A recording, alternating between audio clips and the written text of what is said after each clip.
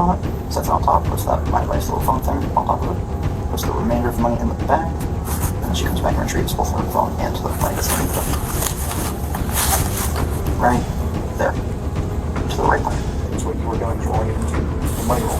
Placing a rubber band over it, and then placing it on top of the desk. Why would you do that? You didn't do that? Okay. So why would the video footage show you doing that?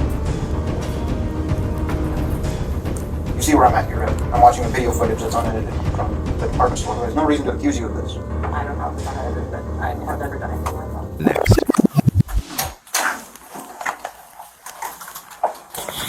Have you already interviewed her about it? Yes, she is denying the entire thing. On August 1st, 2023, West Palm Beach Police Department responded to a Target retail location on a felony theft report. A newly promoted store manager accused of systematically stealing cash from registers under her own authority. Under Florida Statute Section 812.014, grand theft in the third degree is committed when the value of property knowingly taken exceeds $750, met here by nearly $2,000 missing in a single shift. Florida Statute Section 901.15 authorized a warrantless arrest on that felony determination, affirmed by the Supreme Court in United States v. Watson, 1976. Probable cause derived from 3 corroborating streams: a register access logging system, cash reconciliation records, and 4K CCTV footage, satisfying the totality of circumstances standard from Illinois v. Gates, 1983. And her drawers were short every day then? I would assume? Yeah, the shortage was there. Okay. How were you made aware of this? So I'm made aware of this every time a team member opens their register drawer. It flags in the system. Okay. It's not for sale. And as well as I review the closing cash that's happening during closing. I review all of our closing cash operations regularly. While I was reviewing, we were missing a cash bag, an entire bag. And we were trying to find out where it went. So I'm like, all right, well, I'm just going to start reviewing video. And on the 20th, I found that both bags were put there, but then I watched this team member go over to another register, quickly down that register, and conceal the cash. I'll show you that initial video, but this is the one I clicked on first. There's our team member there. And I have a better picture of the face shot. They coincide. You're good. You're good. They coincide time-wise, but this is a nice clear zoomed in over the top shot. Okay. Can you pause that for a second? Good. Okay. So we're in here just reviewing video real quick. It's great. You can close it. Can you just make sure she doesn't try to walk out? Yep. Alright. She's probably gonna be a 15, Chris, so. So we're looking at 1s, 5s, 10s, 20s, 50s, and 100s, or in the last right. It's a little bit more video because I got the whole process. But So you combine the 50s and 100s in the far right. Is that how every register is supposed to be? that's the standard, yeah.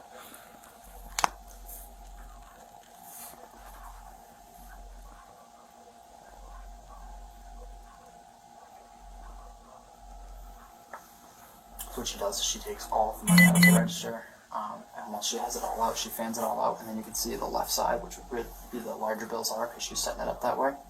She'll take multiple, what looks like on the low end to be 3.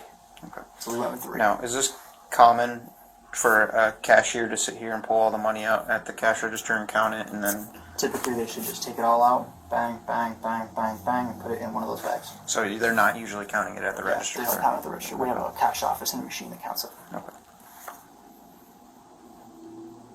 So smaller bills on top, bigger bills on the bottom. In the order that she pulled it off from.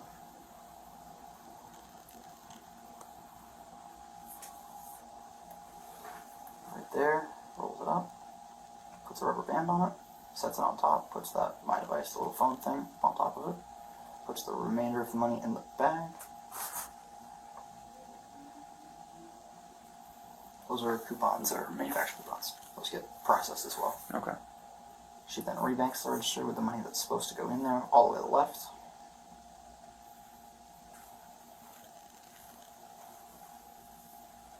Place the bag on top, that's standard. Places that bag into the cart, and then she comes back and retrieves both her phone and the money that's underneath it. Right there. Into the right pocket. This is her going over to that same register. It's just a different camera angle, so you can see that it's positive identification of her doing it.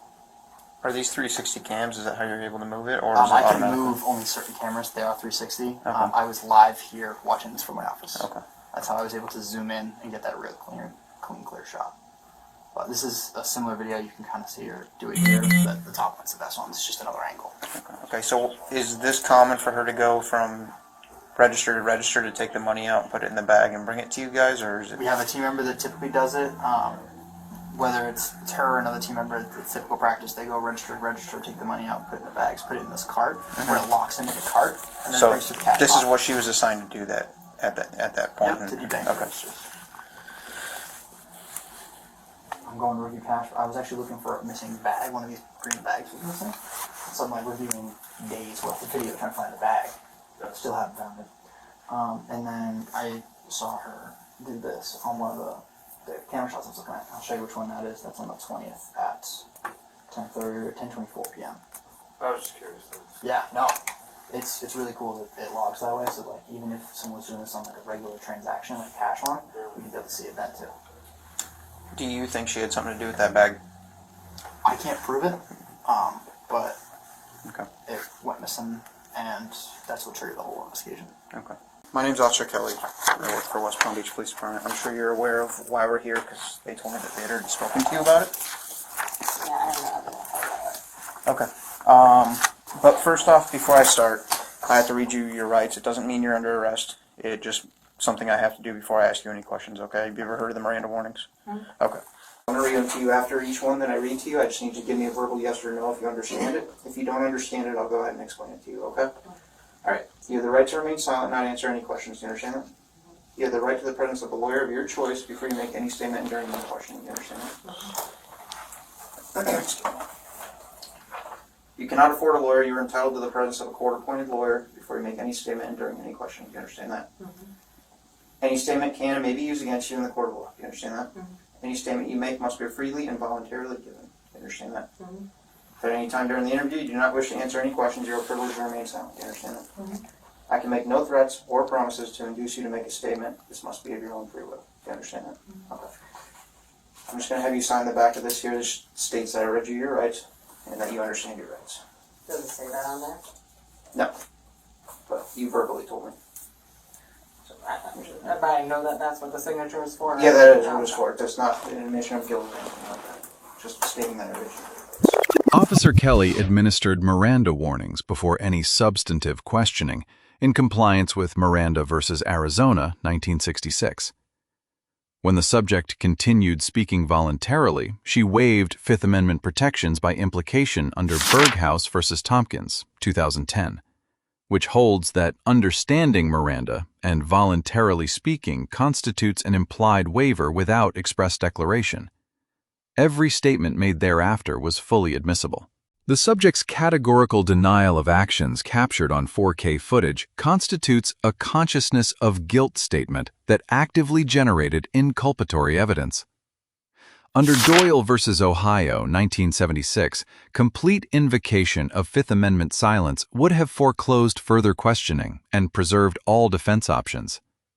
The subject also challenged video authenticity, but footage cross-referenced with time-stamped digital access logs satisfies the Federal Rule of Evidence 901 authentication standard at a level that is exceptionally difficult to overcome in court. On use of force under Graham v. Connor, 1989, force is evaluated by objective reasonableness from the perspective of a reasonable officer on the scene. Restraining a felony arrestee for transport occupies the lowest tier of the continuum and is constitutionally unimpeachable regardless of cooperative demeanor. Alright, so as I spoke to your colleagues there, they basically are accusing you of taking an unknown amount of money at this point, somewhere close to the range of $1,400. Do you know anything about this at all? No. Okay. How long have you worked here for? Almost 3 years. Okay, and you've had no other issues like this within the last 3 years, correct? I noticed on camera that you were responsible for going from register to register and taking the money out of the drawer. Is that a common practice of Yes. yours? Okay. And what is included in that practice? What do you do? Can you explain to me? So I am taking the money from the day out and putting new money for the next day. Okay. And when you take the money out, do you count it or anything like that? No, So there's no you need just. to. So how would you take it out of the drawer? Just take it out, put it in the red or green bag, and then put the next bag into the. Okay. So you basically just go from each money slot, pull it out, place it in a bag. Don't look at it or anything. Right. Okay. I fix it up if I need to, but So if it's out of order or something, Yeah. you'll fix it up. Okay. Would there be any reason why you would roll up money? No. Okay. So you wouldn't roll it into any kind of like money roll and then put a rubber band over it or anything? No. Okay.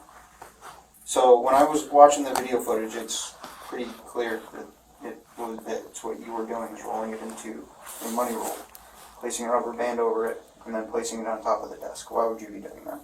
I didn't do that, so. You didn't do that? Okay. So why would the video footage show you doing that? Okay. You see where I'm at here, right? I'm watching a video footage that's unedited from the department store. There's no reason to accuse you of this. I don't know if it's unedited, but I have never done anything like that. Okay. Is there anything else you'd like to add to this? Okay. All right.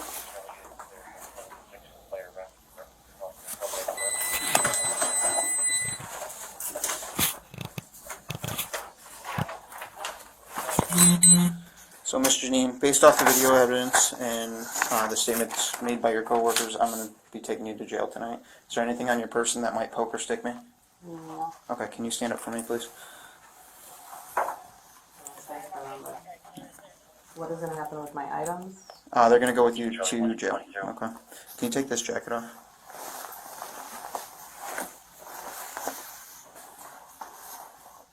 Okay, thank you. And when do I get to speak to a lawyer? That will be after processing. So once you get processed into the jail, then you'll have an opportunity to call wherever you would like.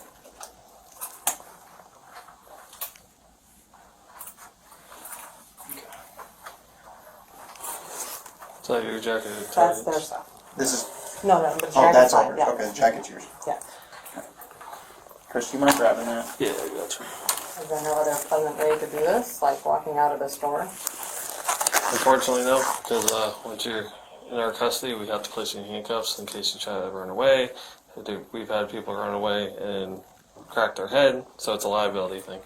So we have to detain you like this, unfortunately. And you guys can walk me out of side doors, I'm assuming? If there is a side door available, yeah, we can do that. No, so why not? However, our cars are parked at the front. So I know you guys know the fire emergency doors or whatever. I've actually never been to them, so I don't know that. Especially we don't know how to get downstairs either. Are you I'm guys sure able they to do. walk us outside? Because that's really embarrassing. They're going to be embarrassed after they are proven wrong.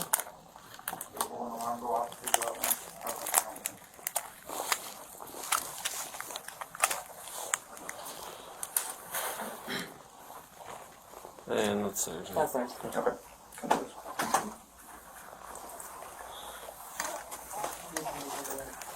I'll just walk with you. Can one of you guys lead us out? Yeah. Okay. Thank you.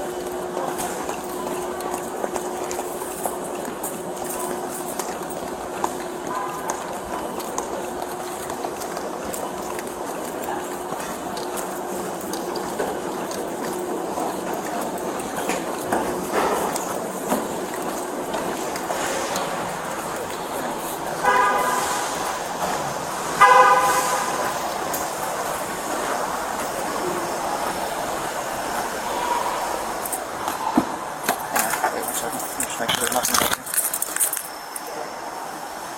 Mind just leaning against the car here. Okay.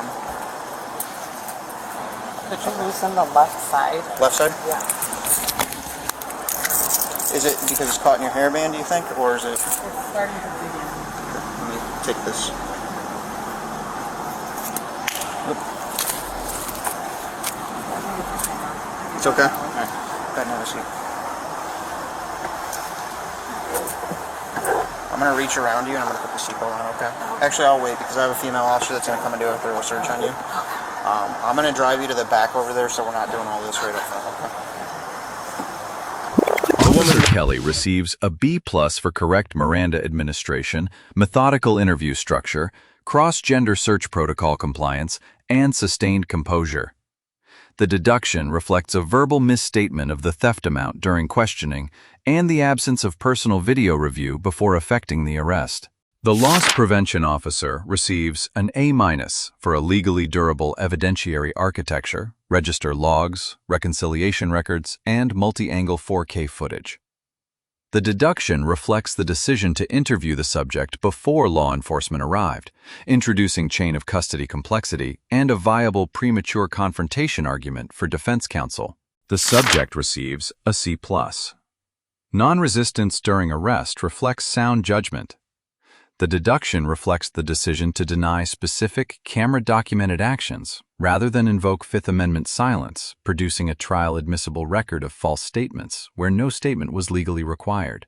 The sentence, 12 months probation and $2,500 restitution against a statutory maximum of 5 years under Florida Statute Section 812.014, sits at the lowest end of the available range. For systematic, premeditated theft by a person in a position of financial trust, that outcome leaves the deterrent function of criminal sentencing materially underserved. The controlling lesson modern retail surveillance systems are log-integrated, live-monitored, and produce evidence that is practically immune to authenticity challenge. The standard for a felony arrest is probable cause, not proof beyond a reasonable doubt.